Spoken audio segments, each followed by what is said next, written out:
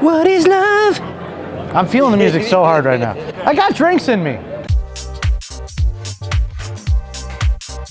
KFWE L.A. Yes. We are at KFWE L.A. here at the Hollywood Palladium. The Palladium. Hollywood Palladium. We're gonna do some drinking. We're gonna do some nibbling. We're gonna do a lot of talking. I'm gonna do a lot of talking. I'm gonna do a little bit of drinking, do a little bit of eating. KFWE L.A.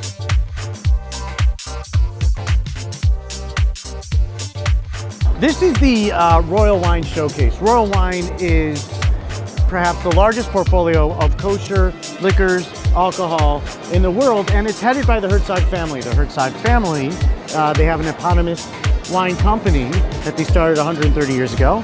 But now, as they grew out, they started buying vineyards and they started buying or distributing other companies. So this is the trade event. They do it before the big show.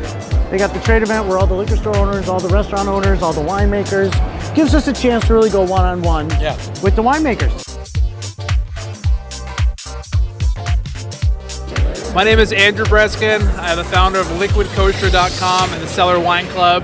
Been a sommelier for about 12, 15 years already. And super happy to be in the kosher space and doing my thing over here. The way that I like the kosher wine market is I see what everyone's doing right now. And I like to say, what is everyone gonna do? And this is my serious answer, now we're having fun. That's good. But what is everyone gonna do when we get over what we're really excited about now? So a long time ago, we were doing Israeli wine, and the French table was like yay big, right? And if you go now, that whole section over there is French. Bordeaux is like king right now, and everyone's popular. So I'm thinking, what are we gonna do when people are over Bordeaux? Are we gonna go back to Israeli? Are we gonna revisit California? I'm thinking, you know, I've got my eye on the next thing. What are we gonna figure out as the next hot wine region? Are we rediscovering Israel? There's some new players over there, making some cool wines. California is making also a little bit of a resurgence. Quality is getting better. And I think that we're just gonna kind of bounce back and forth. There's a lot of Bordeaux out right now. I happen to love Bordeaux, built my brand on Bordeaux. But I think that we're just gonna see it, get used to it, feel like we checked that box, and we're gonna have to find some more stuff. I'm Menachem Mishroevich. I'm in charge of producing all kosher wine in a great chateau from Bordeaux. They are great chateaux, very well known on the non-kosher market, that we produce only small quantities in kosher. So for example, this year we have this new Saint-Estèphe, it's Chateau Saint-Corbian. It's the first time that we produce it in kosher, so it's very exciting. Also we have one new chateau, it's Chateau Du Tertre. Chateau Du Tertre, it's a great growth from Margaux. It's from the classification 1855, so it's something very special. Grand Cru? Yeah, it's in Margaux, it's in Margaux. the Bordeaux area.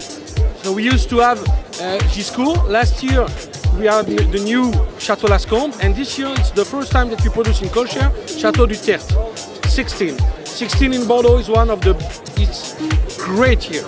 So is it a classic Bordeaux, and this is the French house at Saint-Corbian? Yeah, this is a Saint-Estèphe, very well known appellation. I'm glad we got to come here. I can finally get you a drink. This is easily one of Judd's favorite drinks. You like a little champagne? A little champagne, little cider here and there, things That's like right. that, bubbly, fruity. That's right. He loves champagne so much, he's got a room in his house named after it. What do you know about champagne? Fizzy, bubbly. Teeny bubbles. I like the sweet instead of the dry. You do. So it's called Secco Okay. or Secco, whatever. I don't know. There's a bunch of words we've been drinking all day. Yeah. Drapier. Drapier is a very famous French champagne house. They also recognized why going kosher is special. It's I think the third or fourth year of the kosher. Enjoy the teeny tiny bubbles.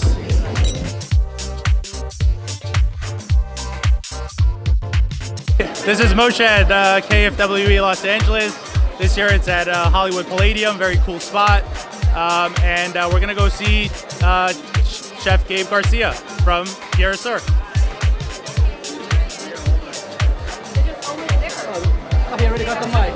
I got the mic, baby. Do it one more time. Chef Gabe, what's going on tonight, man? Good, man. Just doing a little trio today for the VIPs. We have a little lamb loin stuffed with some veal, a little carrot jam. Then we have some smoked ribeye that we brined and we did a peppercorn smoke on it. Braised short rib in the side that's been braised with cherry juice. And a little play on Vietnamese banh mi, duck rillette, and some foie gras. It's amazing. I don't know where this has been my entire life, but I'm looking forward to eating it. Enjoy, guys. Grab a plate, knife and fork. Chef Dave, first of all, thank you for your time. Thanks for throwing down tonight. Thank you, But man. also, kudos on the difficult job, the rewarding job. But you're setting a standard for a certain style of kosher cooking. I took over after Todd. I've been cooking for about 8 years at the Herzog's place, Terracer. You're not tripping. You're not tripping. Unfortunately, like I'm one of those kosher chefs, and we're trying to make sure we keep the bar up and represent, a certain culture and a certain cuisine at its fullest. And we're always trying to, bring something new to the kosher community. This is Craig Winchell. Craig Winchell has really been influential as far as kosher winemaking in North America. He really had a lot of successes early on. I like to say probably way ahead of his time. What were your wines called? Oh, Gan Eden Winery. Gan Eden, and also afterwards you found a success again with Agua Dulce. And so what I think is probably going to happen is a guy like Craig, you're going to see him in a couple years pop up again, showing the rest of the kosher drinking community the quality and level of wines that can be made, and just be that secret influence for the next 10 years.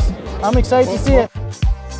Gabe Geller is perhaps the #1 de facto face of the North American arm of Royal Wines. So if you are a beginner or a medium, kind of wine drinker, slowly trying to educate your palate a little more, give me like 3 suggestions on what we should be looking for in 2019 in kosher wine.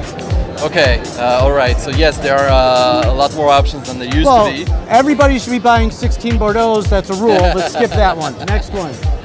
All right. So 3 options to start with, and to start with something that's not going to help you learn. break the bank, and to help you learn. If you go to Israel, for instance, and you want to try something really nice, go for white first of all, and Tabor Winery with the Adama Sauvignon Blanc 2018. That's a fantastic wine. It's delicious. It's very affordable. Retail between $15 to $20. Number 2, if you want to get in, you're talking about the 2016 Bordeaux. A lot of them are not so inexpensive, but they don't have to be. If you go for example, for the Chateau Malmaison 2016. That is a fantastic wine. It's from Moulins-en-Médoc, in the northern part of the Médoc, on the left bank of Bordeaux. Left bank! Retails about $30 on. And it's a fantastic wine that will also age very, very nicely. Easy 17 years in the bottle before you want to touch it. He wants to stay all the way till 21, but I don't think so.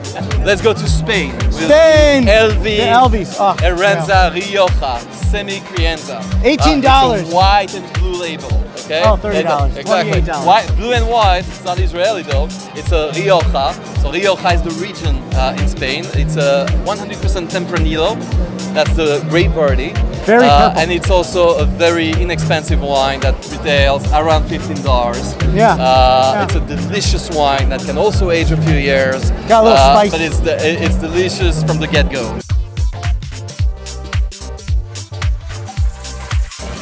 Ronnie?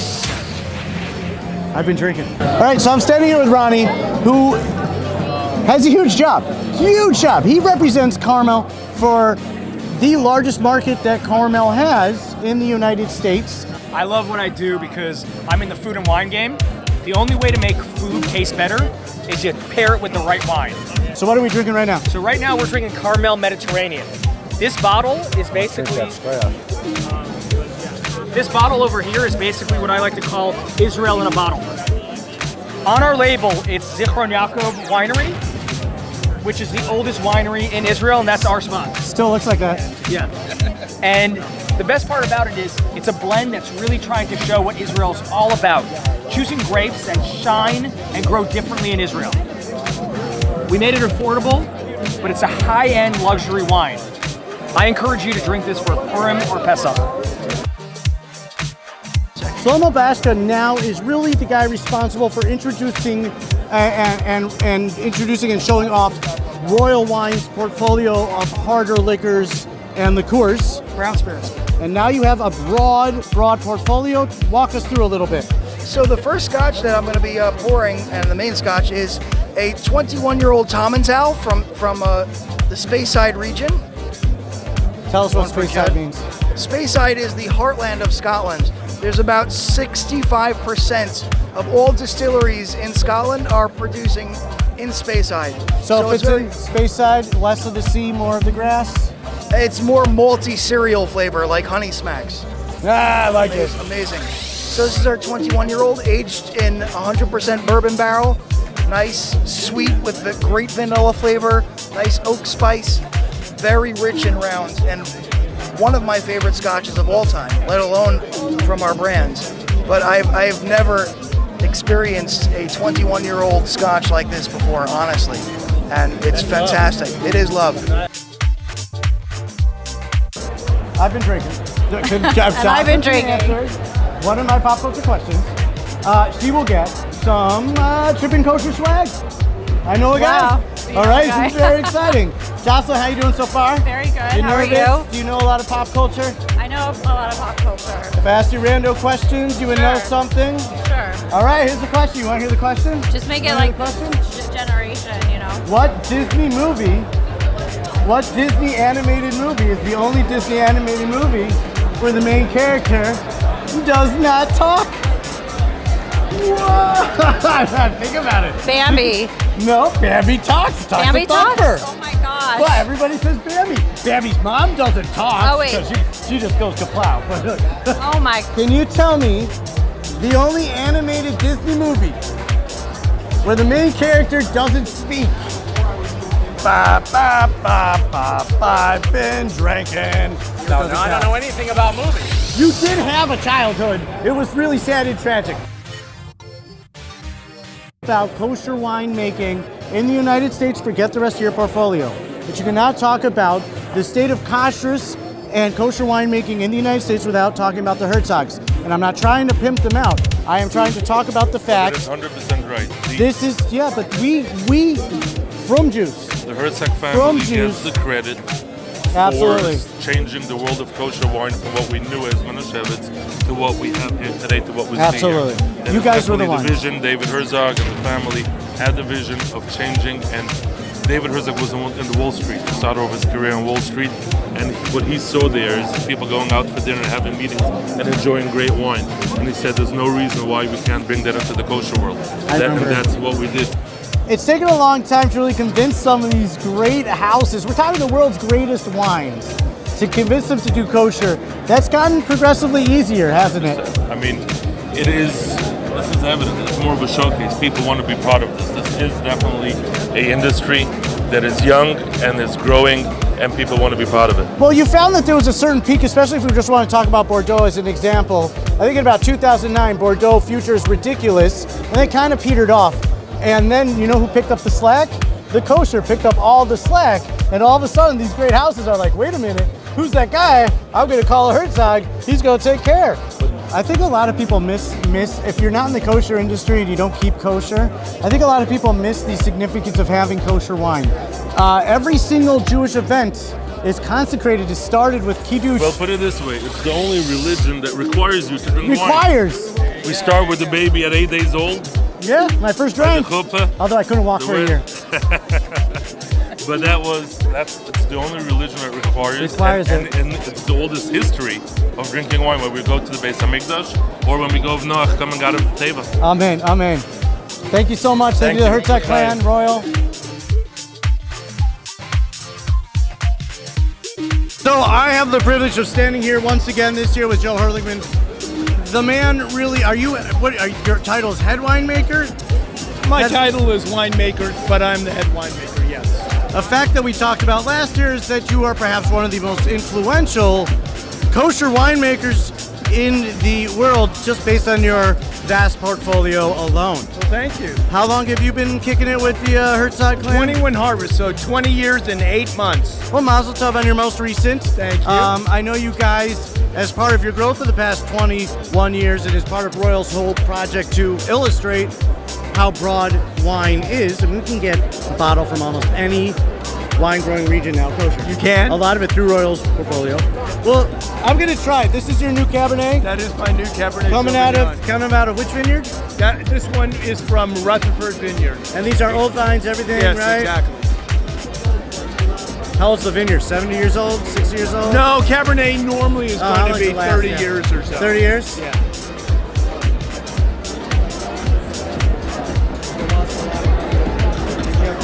There's like a nightshader on something. A tomato. I don't know.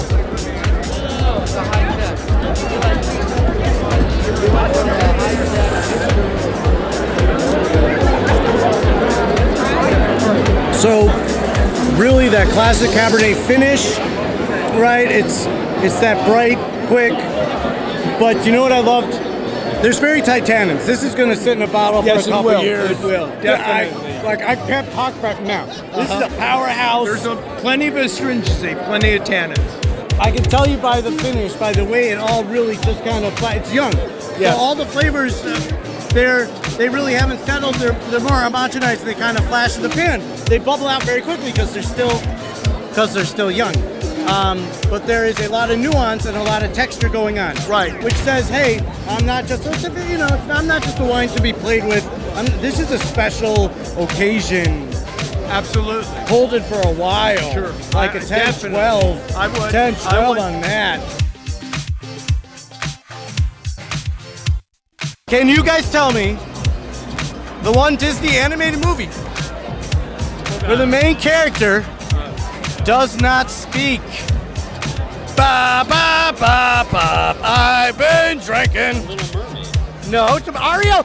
Sing. Well, she loses her voice. She loses her voice. Something there. But I what's the know answer? it, I know Come it. on, Jocelyn J. Miller. Oh, Dumbo. Dumbo. I know it. Yes, Dumbo, I you knew it was know what? Dumbo. I'll go check the pockets. See, we got some. Guess some. Oh, I got right here. surprises. What You is get it? some Trippy Kosher swag. I'm gonna trade you a glass for your lighter. Now you get the theme of our audience.